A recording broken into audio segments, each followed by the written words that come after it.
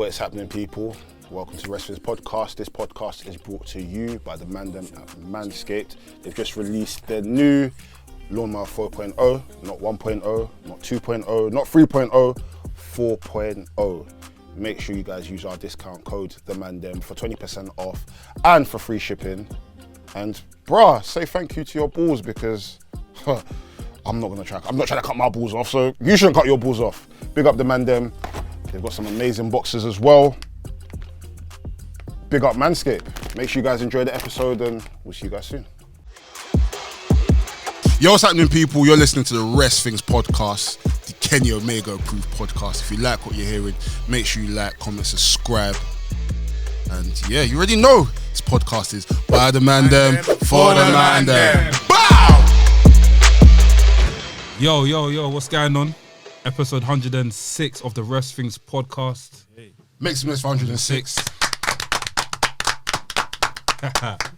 Yo, we've got a very special guest here. Yes. I'm a big fan of him. Can't lie, I've been liking your videos from time on TikTok. Ever since I made TikTok, you're the first wrestling video that ever came up. We're going to introduce you a bit. Before we do that, we'll go through a round and after we'll introduce yourself like first slot.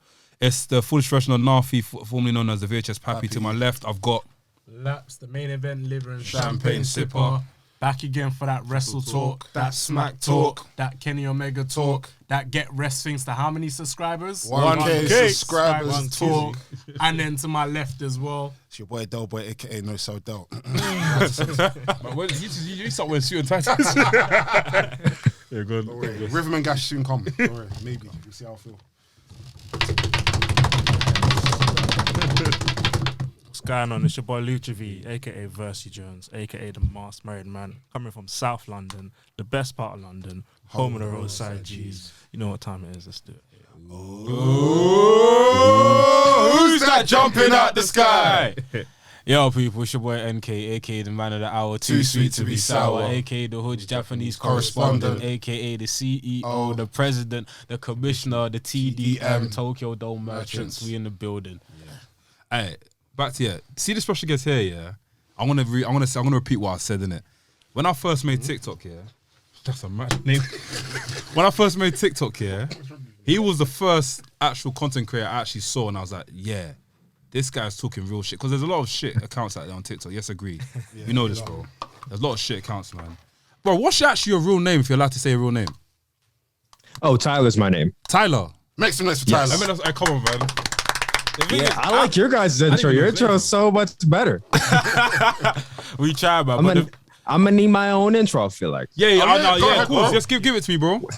All right. So it's your boy Sooplex, aka the Melanin Chief of TikTok. Yeah. You know, Black History Month, you gotta represent the Melanin Chief up in this bitch. Yeah. Aka Wrestling Afton. Any 5 Nights of Freddy friends out there, you can't get rid of me. I always come back. TV Asahi wants to put me to sleep, but they can't. It's cool. AKA holding it down in Philadelphia. I know you guys in the UK, but Philadelphia holding it down. What's going on? 6-1 over here. And that's the best I got. I don't know. I didn't have anything as innovative as you guys did. That was awesome. That was big. We should have gave you the heads up, but yeah. Big up. Big up Sooplex. Big up Tyler every time, man. Even the name, bro, Sooplex. Bro, I say NK. See Sooplex video I sent you the other day. Yeah. I see the video. Nah, I can't lie to Sooplex.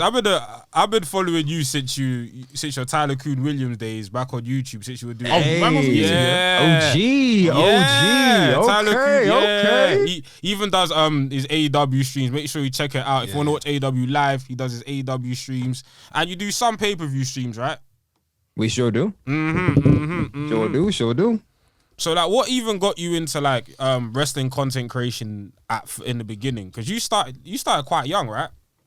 Yeah, so I started doing content creation like 11 years ago, believe it or not. I started in 2011.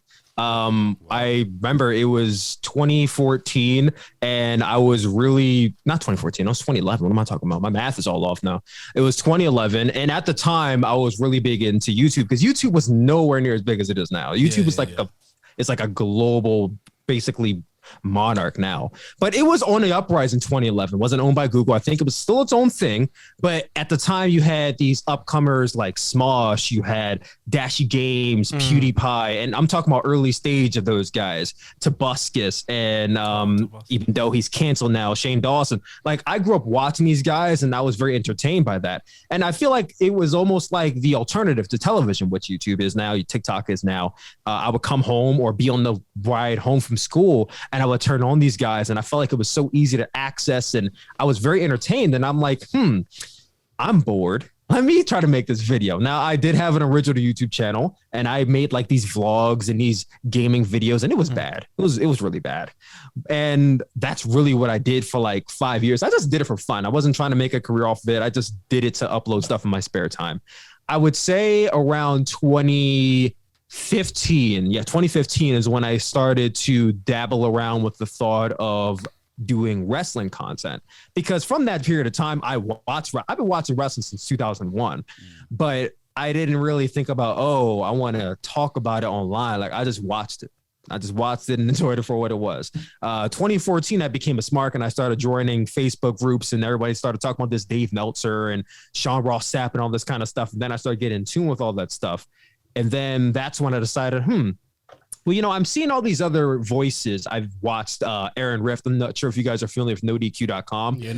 Back in the day, before I was able to afford pay-per-view, I would go to NoDQ.com and look up the results for what happened on WWE pay-per-views. And this guy named Aaron Rift would make daily videos, daily Q&A videos, and I would watch and be like, okay, this guy talks about wrestling. He was the only guy I knew that talked about wrestling. So I would say Aaron Rift was definitely my influence for talking about wrestling on the internet at all.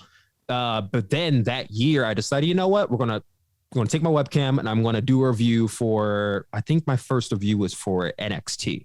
It was like an NXT review, and it was terrible. It was bad, and I think about a good few years of my reviews were just bad. I really didn't know my voice. I didn't really know how to properly articulate and convey how I think a story was told, or what I liked about a match, or what I liked about a wrestler. I just kind of said, okay, this is what I like, and that's it. And once 2018 came around, that's when I really started to figure out editing. That's when I started to figure out what I really liked. I started discovering New Japan. I started discovering all these other aspects of professional wrestling. And that's when I became Tyler Kuhn Williams, because I started getting into Japanese wrestling. And New Japan really was the center of my channel in 2018. New Japan, you heard those murmurs about, All In and Cody Rhodes, Ring of Honor. And I'm like, okay, I'm going to start talking about all this stuff now. And that's really where I really am now. I would say 2018 was where I started doing the wrestling content for real. And now we're here, 2022. I started 2021. This time, actually in 2021 is when I joined TikTok. And I said to myself, I said, I've been doing YouTube for a long time. I still love YouTube, even though at the time I was really on and off with YouTube, because after the whole, I'm not sure if you guys are familiar with the TV Asahi thing and the war I went through with these guys. Oh, you guys are familiar. Okay. So tell the people what you went through with like TV Asahi quickly. Oh yeah, reliving that trauma is very fun. But yeah, sure. So in 2018, I just reiterated that I did a lot of New Japan content. I used to review just about every show, all the Dominion shows, the New Beginning shows, even the Road 2 shows I reviewed. I did live streams for, and they were doing really good numbers. I was known as the New Japan guy for a good bit, which was actually really cool. 2019, I was still doing New Japan, not as much, because that was when AEW was really coming off and I really wanted to get into AEW. So I'm like, okay, divide your time between AEW and New Japan. 2019, I would say May 2019, it was Juice Robinson versus Jon Moxley. I remember it was Jon Moxley's New Japan debut. And I did a live reaction to it. I edited up, chopped it up, did a highlights video. I included some video, included my reaction. Technically, that's fair use. I got a copyright strike. At first, I'm like, you know what? I'm mad, but it's whatever. I sent an appeal. I just let it expire. I'm like, you know what? I sent an appeal. It didn't happen. I'm going to let it expire. So later on, I get another copyright strike. It was from a reaction I did to like a Will Ospreay interview. I'm like, what the fuck? Okay, whatever. Interview? Yeah, it was like an interview Will Ospreay did. I got a copyright strike. I said, you know, whatever. So I'm going to let that one expire too. We get into 2020. Now, we all know 2020, that's when the pandemic started and New Japan had no crowd. Nobody had crowds, but New Japan was suffering the most from it. So I said, oh, let me start doing some more New Japan content. So I started doing live reviews and live reactions to New Japan Cup. I'm on the stride. I'm rocking and rolling. Dominion 2020 rolls around. I do a big live stream, gets a lot of views. I did a podcast with Joseph Montesillo and Forrest Silva. Shout out to those guys. Yes, especially Joseph Montesillo, one of the best content creators in this space. Trust me, he's amazing. Yes, he is. We did a podcast together and we got ratioed because of the name of the podcast and the title of the podcast, which saw me. But the podcast did very well. And then about a month later, I go to work. I get out and I check YouTube and I get this notification saying copyright takedown. And I'm like, huh. Okay, it's probably from TV Asahi again. Fuck these guys. So I checked the email and it said takedown notice, but then above the email, it says your account will be deleted in 7 days. Oh my! And I'm like, what the fuck? That's the first time I ever got that email. So I click on it and it's just strike after strike after strike after strike. There's 15 strikes in this one email. 15. So how YouTube does it, which I think is a load of shit, is that they'll give you one strike, but they could load 5 videos into one strike. So wait, explain that again. So you have one strike, yeah, but they can all go into 5 videos. Technically, I say 15 strikes. Technically, I had 3. But what they do is they load 5 videos into one strike. That's crazy. And the biggest bullshit of it all is if you want to get one strike removed, you got to get all 5 of the videos from that one strike. You got to get all of them appealed, all of them. Just to have that one strike removed. Just to have one strike removed, you got to get all 5 of those videos appealed. That's very low. So imagine that I got to get 5. I got to get 15 of them. So needless to say, I worked the rest of the day. I came home. I had a slight mental breakdown because I worked very hard for all the momentum I was getting and the subscribers I had. And now my channel is going to be deleted. So I spent the first 2 days basically sulking. And then I went into just overdrive mode for like the next few months. I was just literally my entire fall of 2020 was just typing emails, going back and forth with Google, going back and forth with people who may or may not know how to get a copyright strike removed. It was hell. So I ended up actually getting one strike appealed in September. And that's when I had my celebration video. Like, yeah, guys, I'm back, bitches, what's up? And then 2 days later, they strike 5 more videos. Fuck. I was like, they don't want me to win, bro. 2 days later, they strike more videos. I'm like, what the fuck? They seriously want me gone. I was under the impression these guys want me gone because why would they strike more videos? So at that point, I decided I have to delete all of my, like literally I had to take time. I called off that day. I hooked up this big ass brick of a Seagate hard drive. I hooked this thing up and I had to literally go through every single, like, I think 300 to 400 New Japan videos on my YouTube channel, back it up to this and delete it. I deleted every single New Japan video off my channel. If you go through, there's not a single one. There's a few from like current day, but there's like no video, no audio, no picture, nothing. It's just up there. Unless it's a video that I appealed and it got put back up and I left it up there because fuck them. But other than that, like I deleted everything else. And through deleting all those videos and sending more appeals, by December of 2021, I finally got all the strikes removed and my channel was back up. But by that time, I had like 4 months of inactivity. So my channel was basically dormant. So it's been basically, I would say, a struggle right now to try and get those views back up to where it was, because I was on a real up and up in 2020 because I was doing live streams of New Japan and AEW every week. I was gaining more traction than I ever was. And then once that hit, it just plateaued and then it just went like this. Yeah. So I feel like that really hindered a lot of my creativity and my drive to do YouTube. And that's when I discovered TikTok and what it could possibly offer, because for the longest time I put off TikTok. I'm like, oh no, bro, that's a kid's app. I'm not trying to do TikTok. Only kids do that. Because back when TikTok was Musically, I'm not sure if you guys remember Musically or not. Yeah. Back when it was Musically in like 2015, my baby sister used to use Musically. She used to do dancing videos on it. So that's all I knew it for was dancing videos. Yeah. But then I actually went on the app. I discovered that, people are actually doing topic discussions and album reviews. And I'm like, one of my subscribers floated by the idea of me doing, wrestling videos because there's not much of a wrestling presence on there. So I said, okay, I created an account. I said, you know what? I'm not going to go by Tyler Kuhn Williams on there. I'm going to make a whole new identity. So I said, what's a wrestling name, move that's relative to wrestling that everybody universally knows? Everybody knows what a suplex is. So I type in SUPLEX. It's taken. So I said, we can use pile driver, we can use DDT. Those are all going too. Let's go back to suplex. What sounds like suplex? Why don't I use 2 O's? I put in SOOPLEX. It's free. So I take the name, suplex is taken. I'm Suplex now.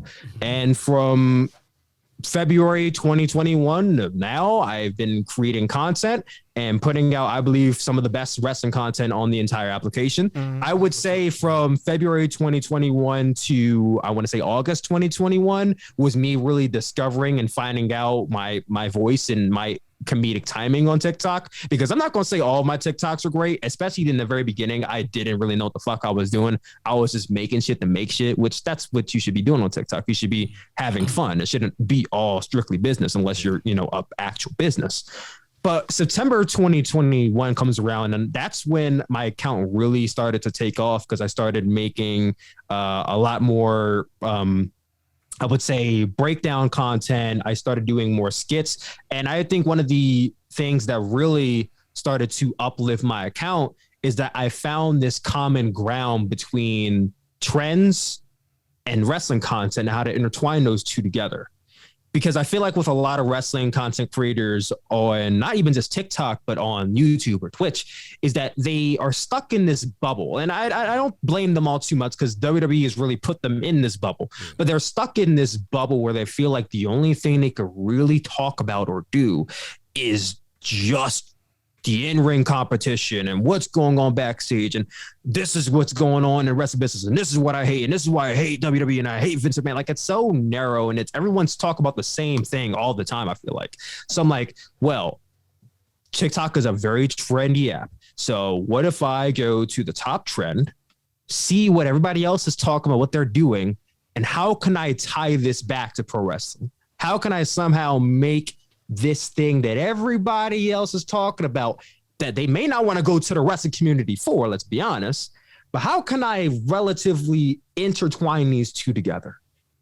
And I ended up making these very trendy talks, and I started getting 100K. I started getting 200K. I started getting 500K. I hit 1 million, I think, like 3 or 4 different times. Like, I feel like every other week my analytics going up, and October 2021 is really when it started to skyrocket, because I actually have the, I hate to make this feel like I'm talking about myself. I hope that's cool, man. That's fine with you guys. I really don't want it to feel like I'm talking about myself the entire time. But if I go to my phone, I actually have an entire list of when my TikTok journey started and all the counts. So I think, so September 2021, I had 6,000 followers. Then once I hit November is when I really just started to figure out what works and started doing that. And in November 2021, I went from 7,000 to 10,000. By December, I went from 10,000 to 15,000. And January 31st, 2022, I'm at 25,000. So in the last 2 months, I've gained 18,000 followers. And I think that's like just insane growth. And it's really just intertwining twins with wrestling. And then you got to also talk about wrestling. I can't just do trends the whole fucking time. So, you're talking about wrestling. I found this whole Dr. Sooplex gimmick where I break down the debut of Hook, and I feel like a lot of people really love that shit. And I actually was making a Dr. Sooplex video before we started, which I'm going to try to get out sometime today. So it's really just been finding out what works and just rolling with it. Like, I don't think TikTok is a super hard app to grow. I think it's actually one of the very easiest apps to grow on, because I've been on YouTube for 11 years and I didn't see growth even close to the magnitude I see on TikTok. Yeah, that's the problem with YouTube now. It's like, I was speaking to my missus. My missus, she's a content creator as well, and she says that she feels like YouTube has lost its touch now. And I thought that she feels like the place to go to is now TikTok, because everyone's like to watch quick viewing, straight to the point, you know, let's see what's thinking about, rather than having an intro, you know, breaking it down, then getting into it. So And adverts as well. adverts as well. Adverts has also like literally messed up YouTube as well. No one wants to see adverts as well. So TikTok is definitely the place to be. You know what I mean? So Absolutely. And I think that she's definitely right, because with YouTube, there's ads on every single video. And I think just about a few months ago, they passed this type deal where now you can get ads even on videos that aren't monetized, which I think is a load of bullshit. Like, why are you running ads on a video I can't make money on, but you make money off of? I don't get that logic at all. But basically, it's almost like a 90% chance, no matter what you do, unless you're YouTube Premium, which is paying them money. I'm not going to lie, I'm one of those suckers. But unless you're YouTube Premium, you're going to catch an ad. On TikTok, as soon as you open up the app, oh, boom, there's a video for you right there. Yeah. No ad. You might see 1 or 2 ads, but guess what? You can easily just right to the next video. Don't even have to see the ad. So that's one thing TikTok is going for. There's no ads yet, because ads are definitely coming soon. Don't think TikTok is safe for the rest of their life. It's definitely going to be monetized at some point. And now when it does, people like you and me can make more money off of TikTok. But until then, you know, we making pocket change or whatever the case may be. But that's also more beneficial to us because no ads, shorter attention spans. People can keep on scrolling up, or they can go to my TikTok account, your TikTok account, and just click on our videos and not have to be like, oh my God, I got to sit through a 30-second application about something I really don't give a fuck about. It's just so free reign, you know, because when you open up TikTok, and I do think it's kind of scary sometimes, but they literally are able to categorize your entire account around everything you like. Do you know what's mad? The other day, I said Indomie noodles. I wanted it. Someone was preparing special fried rice, but with noodles as well. Yeah, mixes. I was like, fam, how'd they do this, bro? Like you will send you will send somebody something, and then someone will send you something, and then I would quickly ask you this question after. Go. Say what you're saying. Nah, you send someone something, and then literally your whole the algorithm will just cater to that. Like, the one thing your mate might have sent you, and it's mad. Because I wanted to ask you, let's say, because my friends, I'm not going to name their names, but sometimes they send me some crazy stuff. And it messes up my algorithm a little bit. What's your For You page looking like? Yeah, what's your For You? Yeah. What is my For You page? Okay, so my For You page That laugh did not sound innocent. I feel like we might have the same friends. I swear it's not a bunch of twerking videos. But my bro, hey, if it's twerking, it's alright, bro. No, it's basically I want to say 50% wrestling content, because when you're a content creator, you're in a niche and you gotta watch what other people are doing because hey, if this guy is doing this and this is working, how can I put my own spin on? So I would say it's more than like 60-70% wrestling content. 10% I'm going to say is FNAF.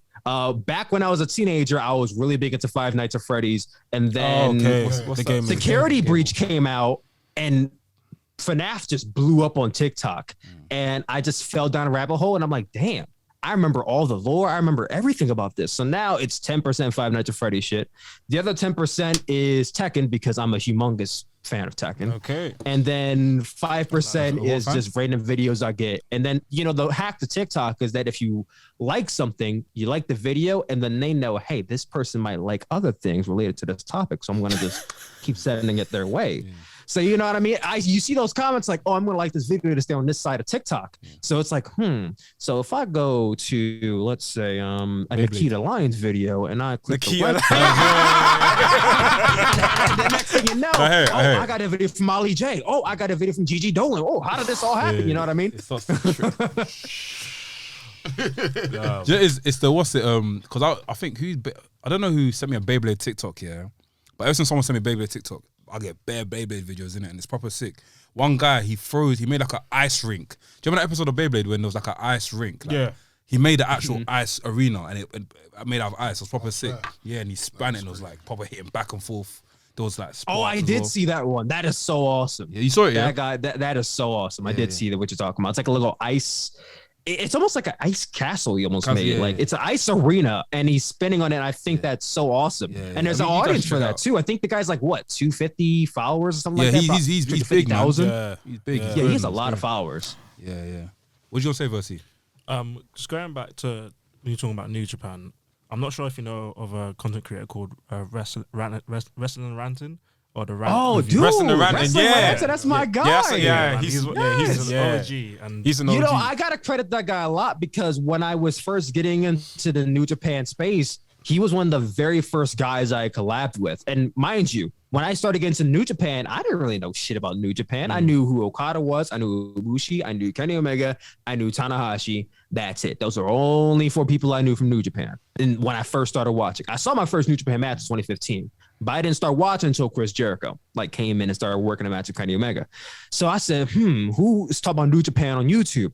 And the first guy I came across was Wrestling Ranting. And I'm like, okay, this guy has a go-to guide on everything you need to know about New Japan. And through him and his reviews, I really found out everything I need to know about New Japan. So I have to credit him a lot for my knowledge and just him being, I would say, one of the OGs of New Japan content creation. And even though TV Asahi came for his ass too. Yeah, so that's what I was going to get to because because the question I was going to ask was there was people like Showbuckle, I think Real Puro, and they would setting up guides to get into New Japan. But since they've purged so much content, do you still keep up with the product? But how do you find ways to still talk about it without getting copyrighted?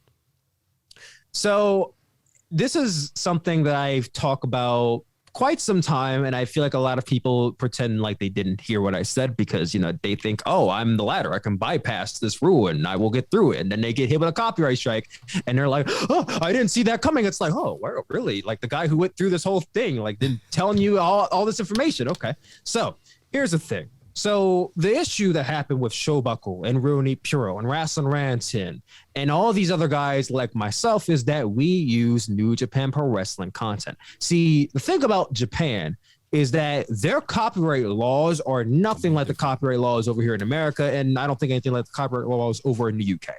They're very, very strict. If they own the content, they're the only people who can use that content. And unless it's written in stone that you're allowed to pass off this content, they're within full right to attack you and send people after you and take down your shit and possibly even sue you. That is how it is in Japan. So when it comes to anime, when it comes to wrestling, when it comes to J-pop or whatever the hell it may be, if you use any Japanese content, you are setting yourself up for a possible copyright hell. So it's not just TV Asahi, it's really any Japanese conglomerate, Zaibatsu, whatever you want to call it.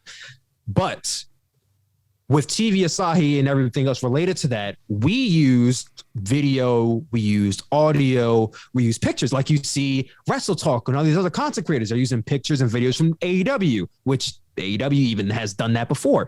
AEW and WWE is one of the easiest ones to do because, so many people use WWE content. Why are they going to go around and strike every single person? That's too much paperwork. That's too much time. So I don't even fucking worry about it unless you're up here uploading entire long matches or entirely pay-per-views to YouTube. Then they start fucking with you. But outside of that, they don't really care. You know what I mean? As long as you're using within fair use, WWE does not care. AEW, but New Japan, they really do care. So when people do stuff like that, they send out strikes. They don't even send out, because first you get claims. They can claim your video and take revenue. They don't give a shit. They just want your shit taken down and right off the bat. So they send you a strike. I actually got I don't know if you guys saw this or not, but I actually got my first copyright claim on TikTok. What?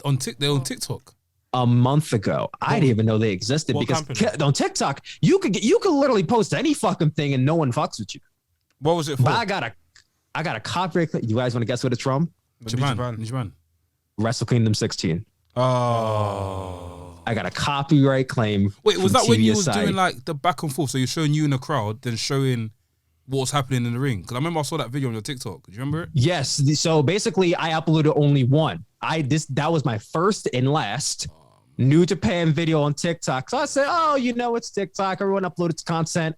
It should be fine. Upload it. And within, I would say, it took them some time. It took them about a good 2 weeks, but within 2-3 weeks, it was taken down. Jeez. I just laughed. I wasn't even mad. I just laughed. I'm like, wow.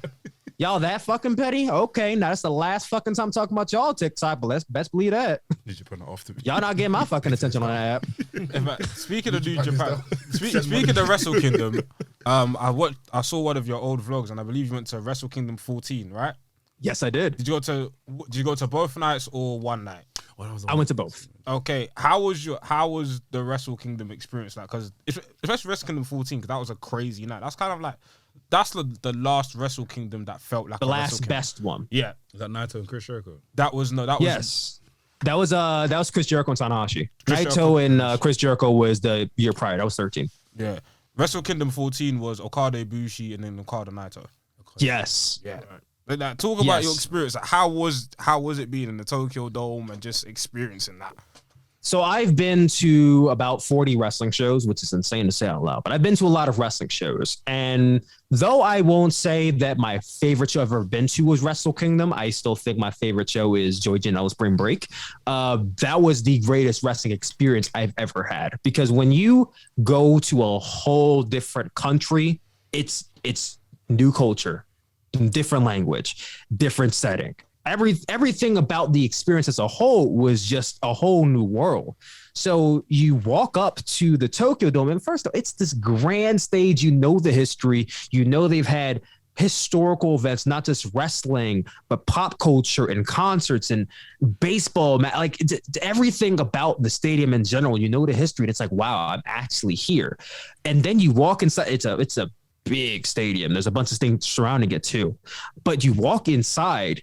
And when you first walk in and you see, and you can even see on the YouTube video I did, and you just see this lineup of all of these chairs and just seats and all these people walking in. And mind you, I'm black, and it's Japan. Ain't many black people in Japan.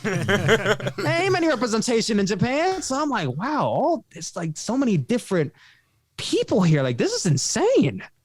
And then, mind you, I think I only saw like 2 black people my entire time in Japan, which was cool. But yeah, only 2 black people. It was cool to see those 2 black people, but not cool that I was only 2 black people.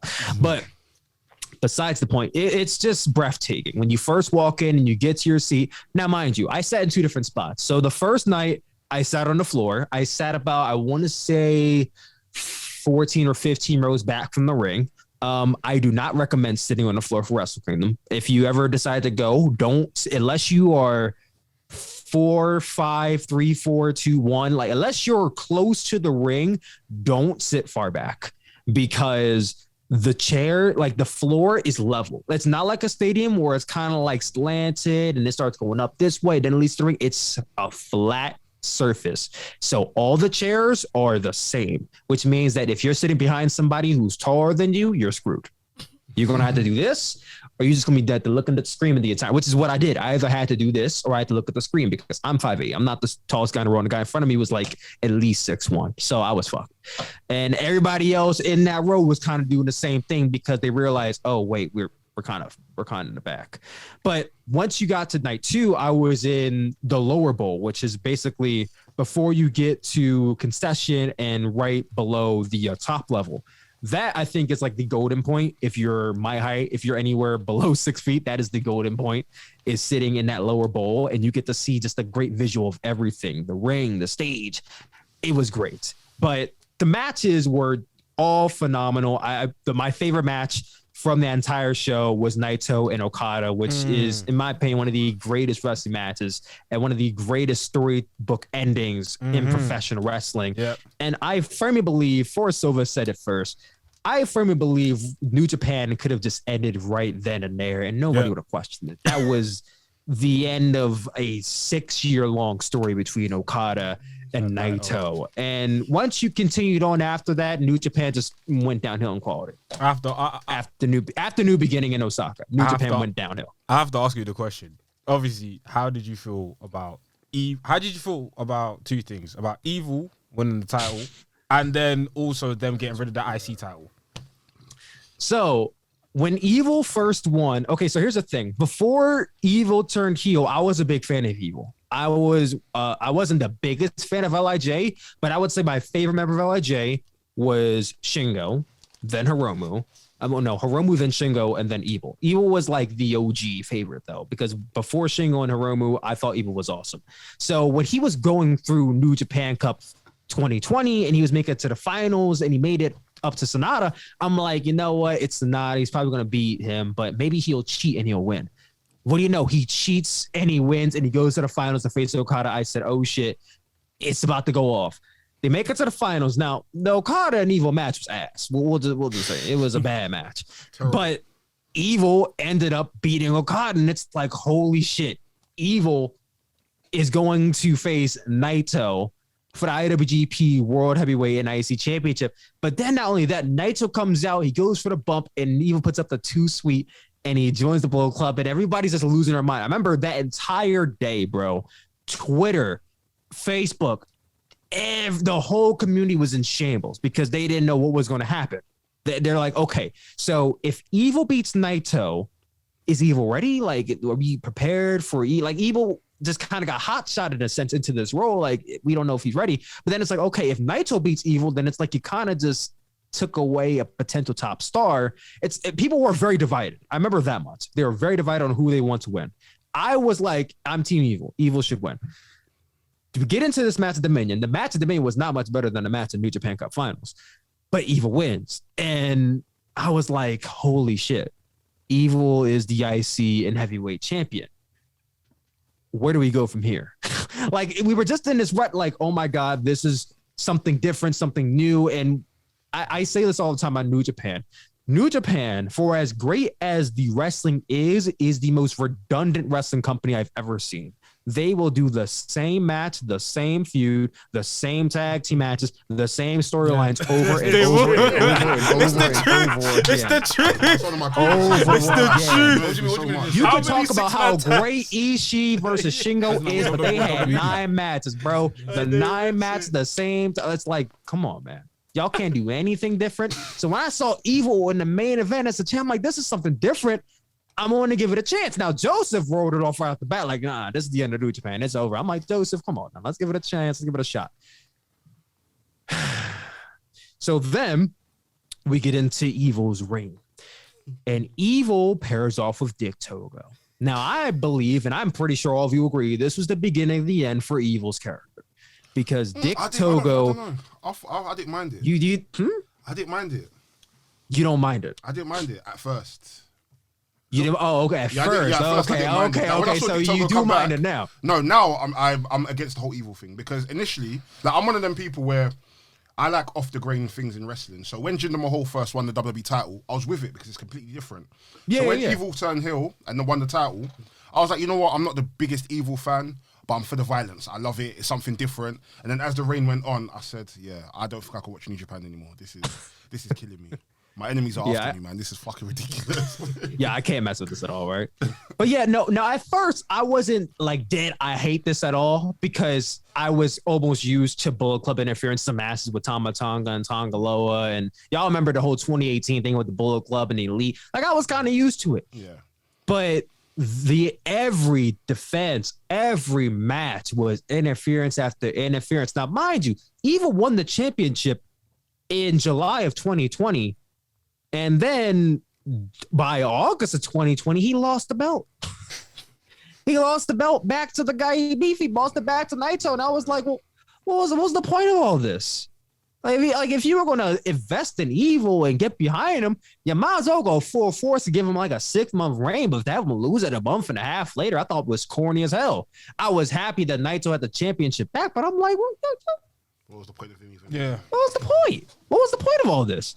But Jay White came back at that point. I said, okay, well, now I know what the point of it was. Y'all just wanted a placeholder for the Bullet Club, basically. Because Jay White came back, and everybody's like, oh, Jay White's going to come back. He's going to win a G1, the J1, and there's going to be Jay White and Naito at the Dome. And Ibushi ended up winning. Now, I was happy that Ibushi won. But in the back of my head, I'm like, did he really need to win back-to-back like that?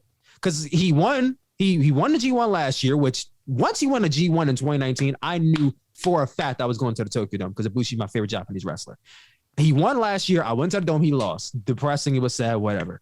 He won this year. He's going back to the Dome. I can go back to the Dome. It's a bad number. I can't go back. So I was already like kind of like, but you know what? It's Ibushi. I still love the guy. Let's see what happens. So we're getting to Wrestle Kingdom. Ibushi loses the briefcase to Jay White. And I'm like, okay, this is interesting. This is the first time this has ever happened. Jay White didn't win the G1, but now he has the briefcase. Once again, New Japan is doing something different. I applaud them. This is something fresh and new. Let's go.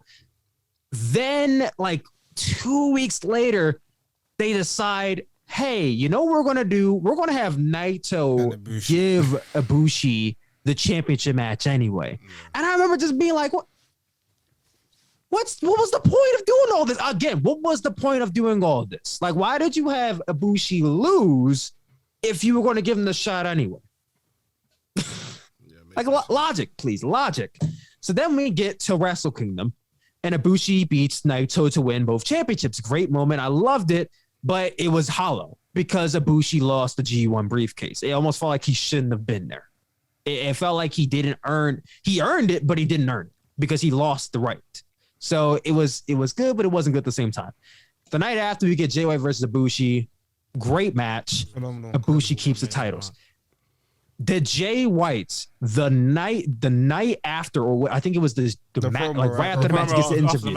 I still remember this interview in my head. It was one of the best performances I've ever seen from Jay White or any heel for that matter. Just his mental breakdown that he was having. Hey, this is my year. And it was outstanding. And I wanted so badly for them to, like, this is the time to do something with Jay White. He's red hot. And then, his contract's coming up. Is he going to leave New Japan? Is he going to stay? Like, Jay White was a hot topic in January of 2021. Yeah. Like, he was the topic of wrestling in January 2021. I remember they wrote him off at New Year Dash the night after, and we didn't see him for the rest of the month. It's like, oh, shit, what's going to happen? And then, like, a month later, he comes back, and he goes after Ishii. And it's like, huh? Ishii? Why Ishii? He had nothing to do with the fact that you lost. Like, what? I guess he deflected blame. I guess that's what we could say. He deflected blame, but it's like it didn't make much sense for him to go after Ishii. You should have went after Naito or Ibushi again.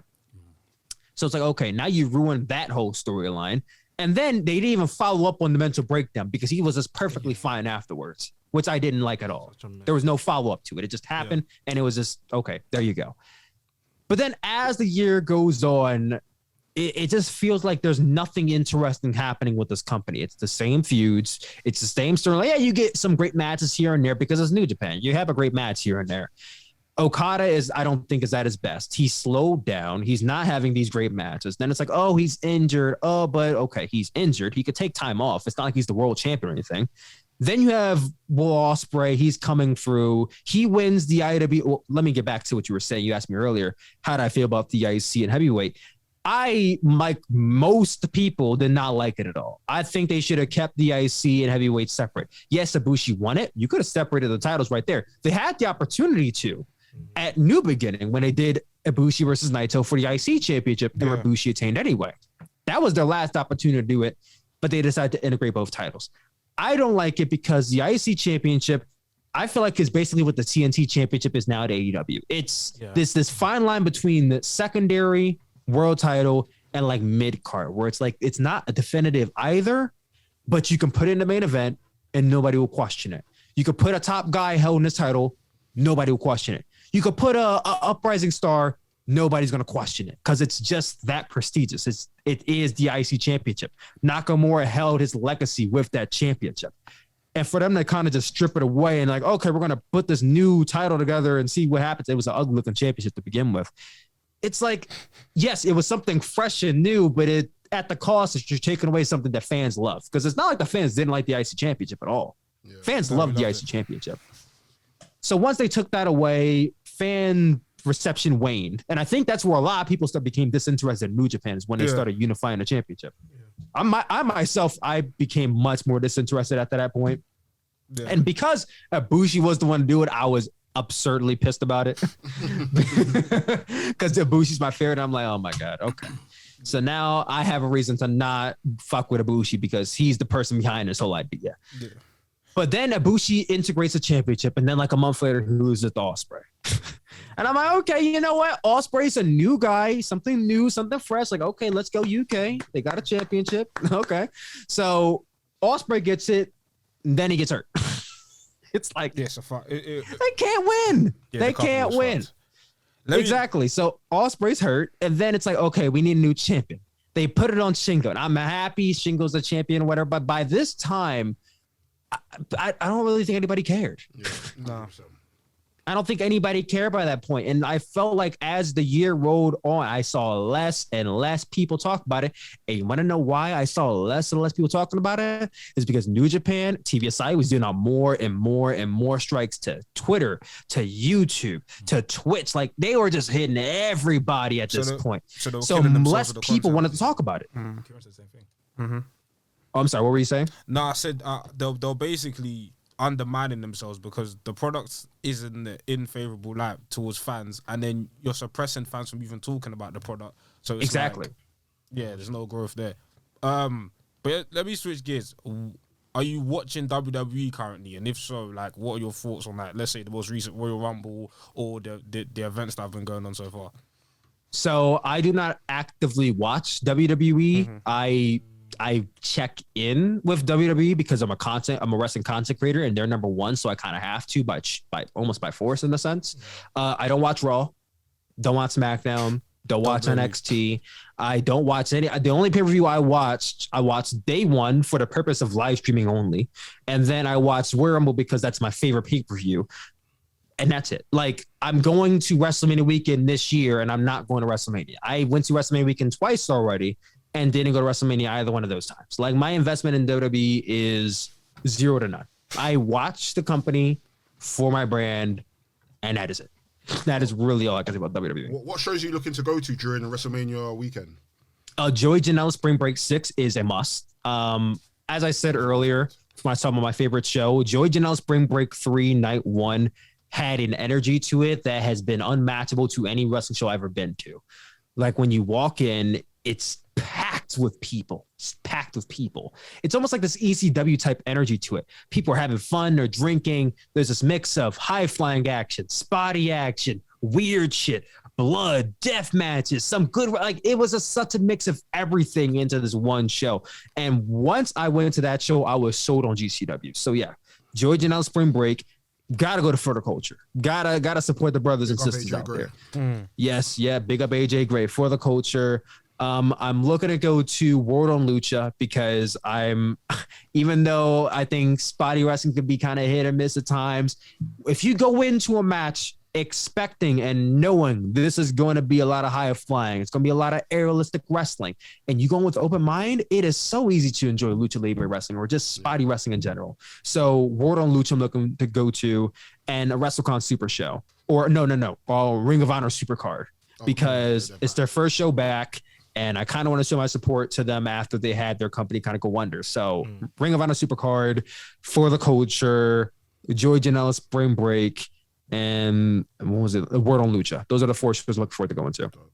If I go to WrestleMania, it's because my friend convinced me. My friend's going, and he's going to WrestleMania. I already told him I don't plan to go. I'm like, listen, bro, if you go, I may go. And if I go, it's to scratch WrestleMania off my bucket list. Just want to quickly ask, what were your thoughts on the GCW Hammerstein Ballroom show? So I was there live in person. Okay. Yes. How was it like being there in person? The experience was awesome. I can talk about how I felt from watching the broadcast. And it might be very different. So this is interesting because I haven't actually talked with somebody who watched the broadcast. So actually, there's a nice discussion here. Yeah. So being there in person was amazing because the Hammerstein Ballroom has so much history behind it with ECW, and the vibe behind the show was like, oh my God, this is GCW's biggest show ever. You know what I mean? So the vibe, the energy was just palpable in the entire ballroom. The show as a whole, looking back on it, I don't think it was necessarily a good show. I thought that the show as a whole was very, very decent. I think that they were they were extremely handicapped by where they were, because GCW is very well known for death matches. They're very well known for blood, glass, light tubes, doors, the whole 9 yards. In New York City, death matches are banned. Oh, really? You're not allowed to do death matches in New York City. When did that come into law? It's been there for a while. I'm not entirely sure. I feel like it was in the last 10 years or so. But you're not allowed to do all that shit. What triggered so no blood. They couldn't do all the things they were known for, they couldn't do. The only thing they were known for that they could do was gimmicky matches and spots. It's like Spot Fest. And we had that in the pre-show, which I loved the 6-man scramble. It was just spot after spot after spot after spot. If you have a short attention span, you're easily hooked in. Once you get to the main show, what was the first match on the main show? I think it was the ladder match, which was a bit like in terms of Money in the Bank ladder matches, it's almost it just falls behind. It was a bit clunky, but overall, AJ Gray won, and I was happy that AJ Gray won after he fell off the ladder. After he fell off the ladder, yes. How was that spot live? That spot was so terrible. So here's the thing, and I love AJ Gray to death, but it was his fault that the ladder fell over, because when you climb up a ladder. And we've watched WWE. We've known enough times from watching Jeff Hardy. He jumps off from the flat end, not from the side of the ladder. Because if you jump off from the side of the ladder, you're going to propel yourself forward, but your feet kicks back, which means the ladder is going to go this way. So when he kicked himself off, the ladder went in the opposite direction, and that's why he fell. So it's like, logically, you messed. That was your own fault. But it's like, you know, I mean, it's like shit happens. People have mistakes, all that kind of stuff. He ended up winning the match. That was cool. I'm remembering the match. I remember the matches. The match placement is where I'm getting a bit lost. But what was your perception of the ladder match in the arena? I mean, at home. It was a bit clunky. From what I saw, it was a bit clunky. It was clunky on your end too? Very much clunky. And it was just like, I don't know. Like you said, GCW is usually known for the spot fest, but I don't know. I felt like maybe they'd kind of like dial it back a little bit, because no, they did. They dialed it back a lot. It seemed like it was just like multi-man match after multi-man match after multi-man match. Then we had like a weird singles match with Matt Cardona and yes, and you know, we had so many interferences, and then I don't know. But with the ladder match, like I said, I was happy to see AJ Gray win. But it was like, even from the production standpoint, you know, a certain spot would happen, but the cameraman would show something else. So someone would get thrown out of the ring, but we're seeing someone on the floor lying down. So we're missing certain spots. So the production was a bit off. Yeah, the production was also, a bit off. Okay, so I heard from a lot of different people that audio was weird. It felt like the crowd wasn't into anything. Yeah. Besides the lucha. Yes. Match. That's what it felt like. Yes. But from people I followed that were there, they said that the crowd was kind of electric. Especially for Leo Rush versus Christian Blake. Yes, the crowd was definitely very hyped for majority of the show. By the end, I think they were kind of, you know, dampered out. And then by the last match, they were just, but for the most of the show, we were loud. So when people were saying, the crowd doesn't seem into it, it's like, we are into it. But I hear audio issues on their part now. What did you watch from Fight TV? Where did you watch it from? I don't know if we're allowed to disclose I don't think we're allowed to disclose that information. Okay, hush, hush. Hush, hush. That one there could get us in trouble. Yeah, it was. I really like the I really like the Matt Cardona and Joey Janela match. I hated that match. I liked it. It was overbooked though. No, wait. Let me get to it. The beginning part was Virgil. The beginning part was. Virgil, that's Let me get there. Virgil. Virgil's my guy. The beginning part was cool. The beginning part was nice. But when Virgil turned up, and after Hornswoggle came out the ring, and after you got the rest of the part, I was like, yeah, this is a bit.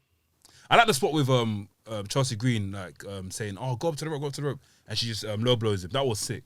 Oh, so that was the one part of the match I loved, is when Chelsea Green turned on Cardona, and then he whips out the cup. It's like, that was awesome. Sick. That was amazing. Yes, that was awesome, because I don't see that spot very often in wrestling. But then you got all this interference from Smart Mark Sterling and Virgil and Sam Stackhouse and Horn. It's just like, what's going on? Why is all this stuff happening right now? And then by the end, when they had the whole Edge, John Cena, ECW One Night Stand spot with Brian Myers, which it popped the crowd, but it was like, there was too much going on in this match. Too much going on. I feel and like then they fouled that up, and it was. I feel like a lot of wrestlers, that former wrestlers at WWE, love to recall certain things. Like CM Punk's been doing a lot recently. The Bret Hart, and also the whole CM Punk. You see, what do you call it? The John Cena. So basically, like the STFs and stuff. No, that's one of them. But the thing was wearing the same pants that. It's basically, I think CM Punk was wearing the same pants he wore when he fought John Cena at a certain show. Yeah. So like, the copying. But that's just wrestling in general. I like it. It's nice, though. But it's nice you gotta derive from the greats, bit. because everything's been done in wrestling already. So it's kind of hard to not take and put your own spin on things. It is even good though pointing sometimes out, it's direct copy, it's hard to not take from things you've seen in the past. Yeah. I think the Edge one night stand spot would have worked if there wasn't so many interferences that were coming in. Yeah, most definitely. What's with the paint job in the place, man? Like, bro, it looked like everything was like very like. Was it Yeah, and the maroon? production didn't look great. I mean, in terms of like the staging and the camera work and everything, it didn't really seem like an actual Hammerstein ballroom effect. Yeah, it didn't have the effect on it. It didn't, like, when you walked in, it didn't look like the ballroom you saw when you watched CCW One Night Stand. That off the bat was a bit off-putting, but I think once people settled into the fact that, okay, we're already here, like, this is the arena, like, we're not in some fake out. Like, once we sat down and realized that, I think everybody just kind of got used to it. But yeah, it was definitely an ugly paint job. Yeah, no, definitely. How did the crowd react to Homicide and John Moxley? I felt, because from the production side, it looked like everybody had tapped out by that point. So here's the thing. So when Homicide came out, the crowd was pretty mellow, I would say. Like, they were hype, but they weren't as hype as they could have been, because I felt like by this point they were a bit out of it. Because here's the thing about GCW. They have their own OGs. They have Alley Catch and they have Effie. Those are guys you see regularly on GCW television. And both of them went into very big story-driven matches and lost. So I feel like a lot of the GCW fans, now I will say that some people made up of that crowd may have been new fans, which is fine. Just being in the Hammerstein Ballroom is good enough. You don't have to be a fan of GCW to attend the show. But I feel like a lot of the people came for the GCW OGs and they lost. So it's like, oh, okay. But hey, I'm happy to see John Moxley here. Homicide comes out. Woo! Everybody, just like me, I'm sure, was expecting to sing Wild Things. And he didn't come out to Wild Things. So when he came out and a different chime hit, people, they just went flaccid. It was like they were fully erect, and then it's just like, like they were just like, I remember his name on Twitter is Backup Hangman Page. His account is just hilarious. I love the guy to death. I remember we were both up to our feet because we were like seats down from each other.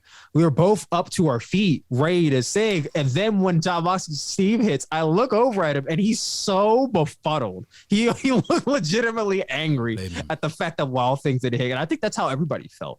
But John Moxley comes out. It's a great ovation.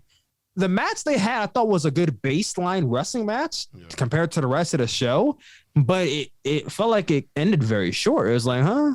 Like, the ending of it just felt kind of rushed. Like, he hit a paradigm shift and Homicide kicked out, which was shocking enough, because how often do we see people kick out of the paradigm shift, especially the elevated paradigm shift?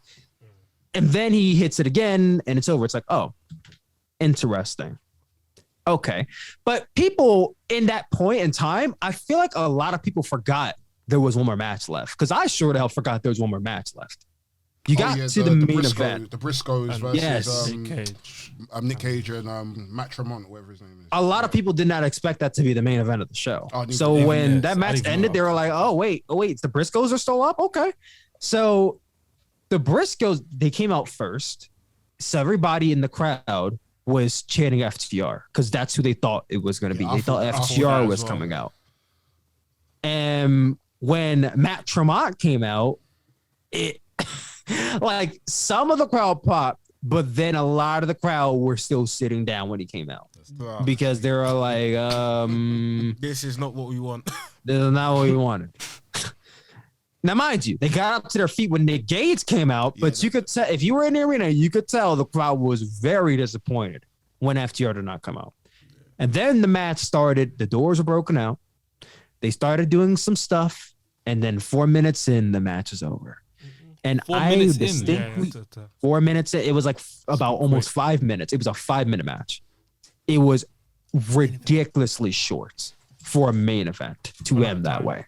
And it was a weird ending to it too, because I remember, I think it was Matt Tremont went to pin one of the Briscoes and referees counting 1, 2, and one of them came and broke it up at the 3 count, but the referee rung the bell anyway.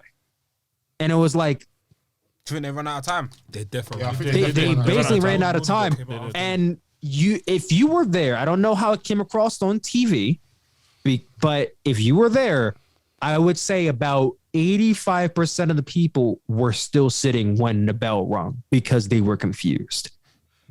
Like they did not pop. They were just looking around. They were just like, what? Yeah. And like the crowd, I think people on the floor were hype, but the people my section was definitely not as hype. Like I guess they got into it a little bit towards the very, very end when the show was going off air. But when the match ended, it was a letdown. It was a letdown with the end of the show.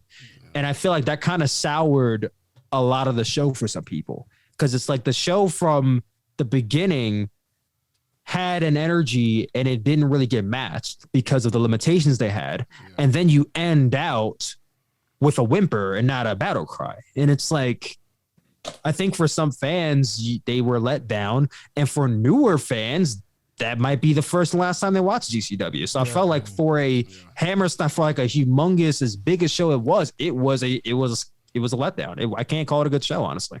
Yeah. Speaking of it was good to be there.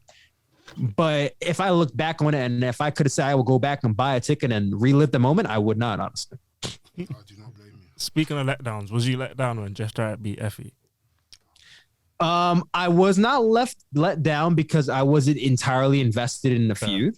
I thought that it was very, very much a weird decision to have Jeff Jarrett win, considering that Effie is the GCW guy, the long-term star for the company. Jeff Jarrett, he's a legend and all. But how do we know Jeff Jarrett's even going to be there next month, at the next show? We don't know that. The story was built up for Effie to win and Alley Katz to win her match against Ruby Soho, and they both lost. So it was really a letdown in that sense that these guys who the fans may already know, and yes, the fans know Ruby Soho. The fans know Jeff Jarrett. But these new guys, you're supposed to get over, just lost. Yeah. Like it was these other guys are more important. That's what it felt like. It felt like Ruby Soho and Jeff Jarrett were more important than Effie and Alley Katz, which shouldn't have felt the case. Yeah. Switching gears, AEW. One, who do you think is the mystery guy tonight? And two, do you feel like the product has lost momentum? Because there's an ongoing conversation about AEW in terms of like where it was, and now I feel like the discourse around AEW is a lot more divided. So do you feel like the product's lost momentum? And then obviously, who do you think's debuting? Okay, so as far as lost momentum, I'm going to say for the most part, I'm going to say yes.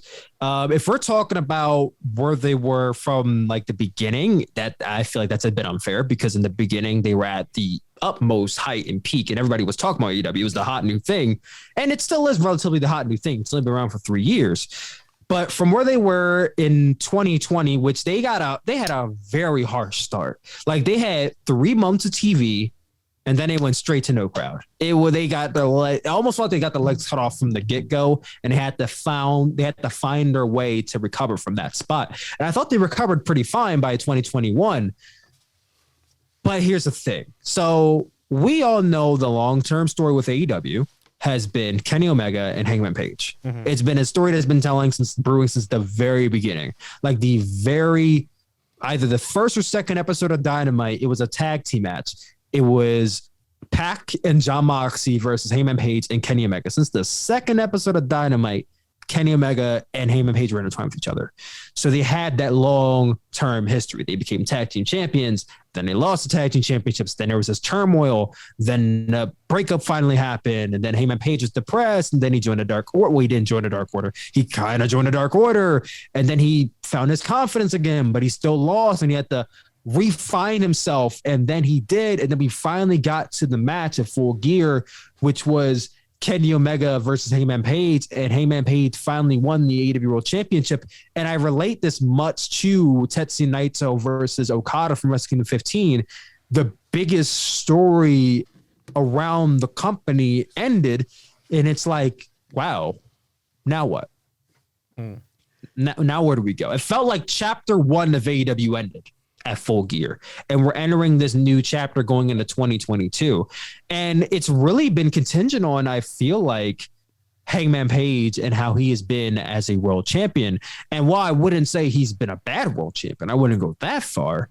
I don't think he's been the most interesting champion either. And now from the get-go, we had Bryan Danielson as his first opponent, which excellent matches. Both of them were excellent matches. Mm-hmm. But right after January 5th, Heyman Page kind of went into this period of which we didn't know what was going on. And now he entered an issue with Lance Archer, and it's like nobody really, I don't think anyone really cares about the Lance Archer feud. We know he's winning tonight. So it's like, okay, now what's next for Heyman Page? I feel like the momentum has definitely slowed down a bit. They moved to TBS, which has been an adjustment for some people. I still myself go to TNT, and then, I got to go to TBS now because they're on a new channel. So it's been an adjustment for some people. Then you have the adjustment of, okay, now we have all these new stars. You have Malachi Black, you have Adrian El Idolo, you have Adam Cole and Bryan Danielson and CM Punk, and all these new guys coming in. And you're trying to find time for these new guys, these top guys from WWE. And then you have your AEW OGs who came in from the first day, like Joey Janela, like Kip Sabian, like Sonny Kiss, who are not on TV, who are not being featured. And then there's this divide between, okay, do we want to feature Cody Rhodes in this light because the fans don't like him as much? Or do we want to keep pushing them because, it's Cody Rhodes and he's a great wrestler and he's the EVP and a star of the company? They reached this very weird point where it's like, we don't know what we're doing in a sense after the whole Heyman Page thing. And it's weird to describe AEW right now. I still watch weekly. I still love the product, but yes, I do think the momentum has slowed down. And as far as who I think is debuting tonight, I've been seeing so many different names. If I had to throw in, I'm going in with open mind. As long as it's not a letdown and it's not like, I don't know. I don't know. As long as it's not somebody who we were. If Ryback were to appear on AEW, as long as it's not somebody like Ryback, there's no way you could not be, because they're hyping up like, a huge announcement. So and this is Tony Khan. He's very, very, very well known for hyping things up. Yeah. And it's like, all right, bro. There's been a few times where you hype things up and it's like, it didn't live up. So why don't you dial down a bit? But he said it's going to be somebody big, somebody huge, maybe even two from what I heard. If I throw a name out there, I think it's Keith Lee. Yeah. Keith Lee. Yeah. If Jeff Hardy comes out tonight, though, I'm just putting this out there. If Jeff Hardy comes out tonight, I'm just going to be like, no offense to Jeff Hardy's a GOAT.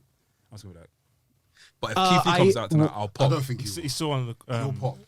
He'll pop. Jeff Hardy. Okay, if he comes out like this, I think his 98 ends on March 9th. So if he comes out like this, yeah. He'll pop. Okay. He'll pop. Okay. I don't know. You'll pop, man. Well, listen, if Matt Hardy's on TV and his segment goes any longer than 2 minutes, then it's like, okay, now what's going on here? Hold on a second. Are we gonna hear the OG themes on dun dun dun dun dun dun? Like, are we gonna start hearing that? It's gotta be a remix, obviously. Now, the only way Jeff Hardy can appear tonight is if Tony Khan pays out the rest of his contract, which I don't know. If I'm Tony Khan, I ain't paying out a $1 million contract just to have you appear on TV today. I don't think it's that deep. Nah, I don't think it's that deep. I just wait. You only got 1 more month. Yeah. Could it happen? It could. But I wouldn't do it. Yeah.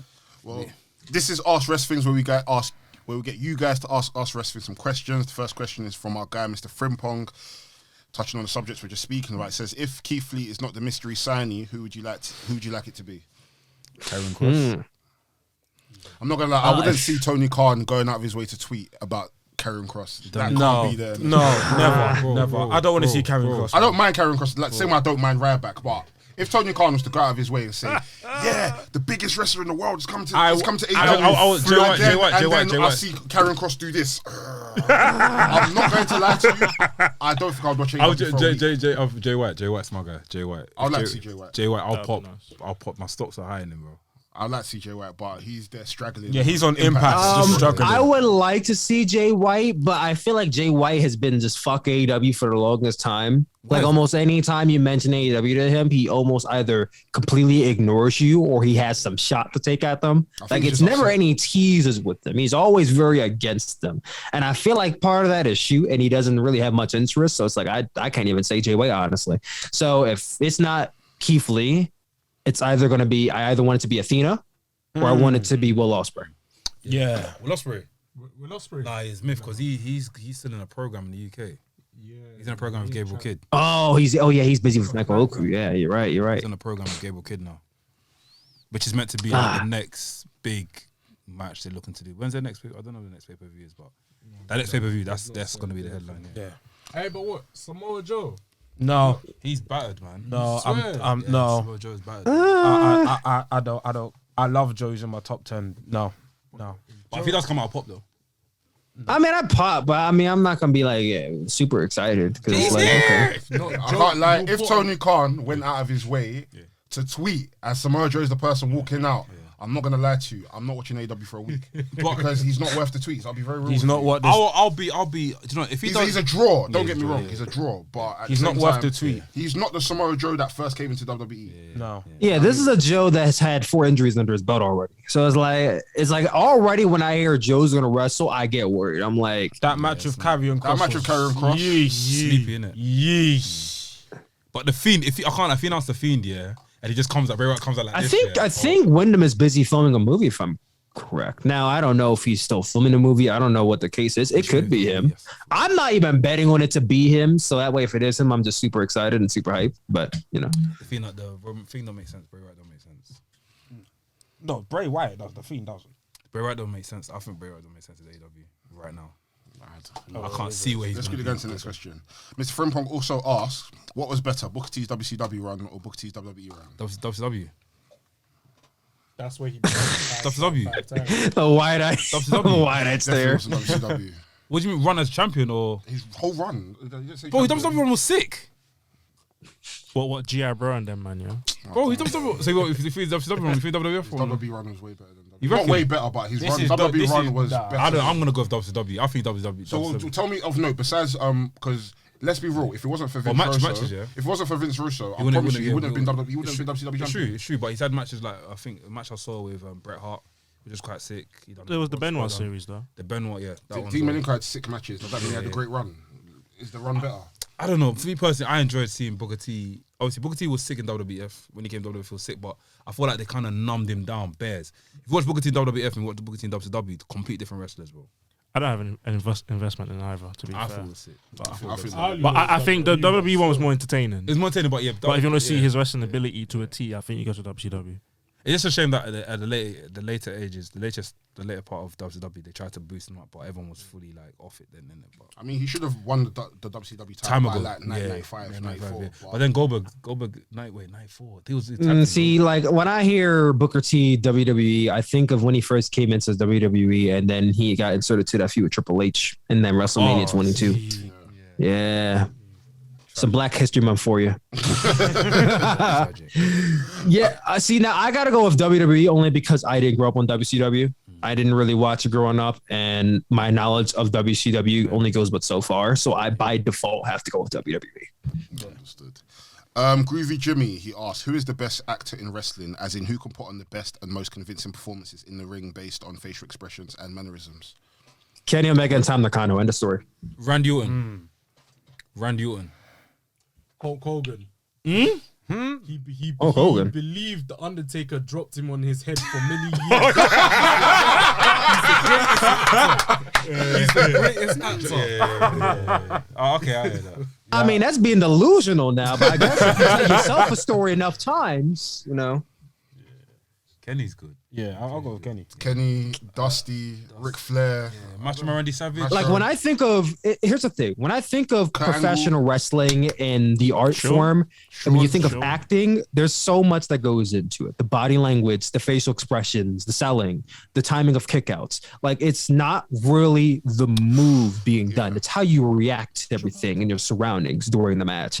And I feel like there's not many wrestlers on the level of Kenny Omega in terms of men, or Tam Nakano in Stardom in terms of women who evoke as much emotion, who are able to convey how much pain, how much fight they're in, and are able to get you behind them or to hate them the way that those two can. Now, if we want to get into the discussion of maybe outside of Japan, because obviously Kenny Omega and Tam Nakano are Japanese based, Jay White, I think, is really excellent, but then I guess it's Japan again. So, if we're going to America, Randy Orton is actually really good as well. But I would argue that current day Roman Reigns is bar none the best storyteller in WWE. Roman Reigns. Like when you watch, like if his matches are distinctly different from any other person on the entire roster, there is nobody else who has wrestling matches the way Roman Reigns does. They're slowed down. The way he's able to talk shit in between the match and give this deep monologue about why he's beating your ass and how he's going to beat your ass, and then proceeds to beat your ass. But then he's able to give you these hope spots, and he's able to make it look like he's in the fight of his life at times. Now, during his heel run, you don't really get that too often. But when you go into his match with Brock Lesnar or you go into his match with Seth Rollins, I go back to his Royal Rumble match with Seth Rollins, and just how off his game Roman Reigns was. It's unlike any other match he's had in the last 2 years. And that's why I love that match so much. Seth Rollins was able to get into his head, and he was able to convey that just by the way Seth Rollins would start laughing, and he would just give this face like he was confused or didn't know what to do. And Roman Reigns, I believe, is one of the king of kickouts. This man is able to, I don't know how he times it so perfectly, but when you get to the last second before you get to the 2, he's able to just throw his shoulder up and just give this full body motion. It's hard to describe, but if you watch enough Roman Reigns matches, you know how great he is at kickouts. So yeah, when it comes to America, I think Roman Reigns is the best. Kenny Omega and Roman Reigns are the best. But when it comes to Japan, I think Tam Nakano is the best. But I mean, how do you guys convey that? How do you guys see that from your eyes? I heard Randy Orton. I think Randy Orton is great. I was watching Randy Orton and Mark Henry back, and the way Randy Orton was able to buckle his knee in the middle of a move, damn, that is so great. For me, I mean, you got to talk about Bryan Danielson as well. Oh, excellent. Bryan Danielson's excellent as well. Next question is from our guy Gareth. He asks, with the return of Whose Song Is It, what is your favorite ever wrestling theme? Oh, this is a tough one. Ever? Oh, damn. It's a hard one, man. Okay, let's not say ever. Let's just say some favorite themes that we have. Okay. I'm like, ever's a hard one. Cooking. There's so many. It's like asking what's your favorite song, but it's like, damn, that's a lot of songs. So AJ Styles, Get Ready to Fly, man. Daniel Bryan's song now. The Brood, Gangrel. Jeff Hardy, No Words. Yeah. I love Goldust theme as well. I think Goldust theme is ridiculous. I'm sorry, you man are gonna laugh at me, yeah. Don't get the clown. No, not Virgil. Not even that. There's one theme song. There's 2 things that actually give me goosebumps and they remind me of my childhood, innit? When I used to watch tapes, VHS tapes, yeah. First one is British Bulldog theme song, Royal Britannia. Even though that theme song. I thought you meant the one when he was wearing jeans. No. even the actual song is quite political, innit? And also Randy Savage theme song as well. Circumstance. Fam, that gives me goosebumps, bro. I got one. Slow Chemical Kane. Oh yeah. Yes. Slow Chemical is one of the goated theme songs. Absolutely. The Shield theme. Shield theme is sick. Yeah. I'm so sorry. Yeah, Brock Lesnar's one as well. I have to say his name, Benoit. Benoit's theme's I cold. listened to that in the gym the other day. I'm so sorry. The The Fiend's version of his theme song is hot. I love the vocals in the background for the theme song. Yes. The Fiend. Yeah. I think I've heard. I liked it, but Bray Wyatt's theme still. Yeah. It hits different. That one. It comes in. Yeah. Sting's WCW one. I always talk about it. People always disrespect. Sting's WCW theme song, yeah. In WCW, fam. No, that one is good, bro. See, back in the day, yeah. Back in the day, when Sting used to roll through the ring of the. If I could throw in one current day one, even though I detest his character and him as a wrestler now, Evil's current theme song hits so fucking hard. Is it? I haven't heard it. You ever heard Evil's current theme song? Copyright always hits me. I mean, when I'm watching the matches, it's not coming up. I think. Okay, well, I don't know how you ever heard it, but you need to listen to Evil's current theme song. Amazing. No, Tanahashi's old theme as well. No, yes, Tanahashi's old one. Yes. Yes. High energy. Yes. I love Suzuki's theme. Yeah, Suzuki's cousin. Oh, that's a goated one. Yes. I like Jay White's one a lot as well. Jay White's is very distinct because he has the violin and it's like going. As much as I want to hate it, I kind of can mess with Will Ospreay's current theme song a little bit. Yeah, I like it. No, Will Ospreay's one. With it a little bit. When I heard it live at Rev Pro, I was like, I don't know. I just like opera stuff. I like when stuff's dramatic and there's violins and shit. Shibata's theme though. The guitar. Simplistic. Yes. Last question from our guy Nabil Dad. We get up every single time, bro. Book your dream card for AEW's UK show. I have to get Zack Sabre Jr. Danielson. I have to. That match has to happen. Damn. Kenny versus Will Ospreay. Yeah, it has to. It has to be. Y'all done took all the good ones already. Damn. Can someone come back to me in a second? FTR versus Aussie Open. What are we gonna do? Is it an invasion thing? No, UK show, isn't it? UK show, so Gabriel Kidd versus Daniel Garcia. Saturday's episode. Still watch out for that one. Lee Moriarty versus You know Ray what? Johnson. Give me Kenny Omega and Ilya Dragunov. I know Ilya's in NXT UK, but That's Ilya and Kenny. They are two tremendous storytellers. I feel like they could tell an amazing wrestling match. Cara Noir versus Darby Allin. No, Carl Noir versus Noir's Orange different, Cassidy though. would be interesting. Who against who? Orange Cassidy. They're Orange Cassidy. Oh, Carl Noir, Orange Cassidy be very interesting. Conor is different though. Like he's more like when the bell rings. That's he's a why it'd be different so guy. interesting because they're so different. yeah, the dynamic between straight man and it works. Yeah, it works. I'm trying to think who Pac. We need to have Pac against someone. Yeah, Pac. I can't lie though. Do Pac Odoku 3, fam. Yeah, Pac Odoku against Pac second match, Second match, yeah. Yeah. Do Pac Odoku or someone. Yeah, Michael Oki, yeah. Jay Lethal versus Ricky Knight Jr.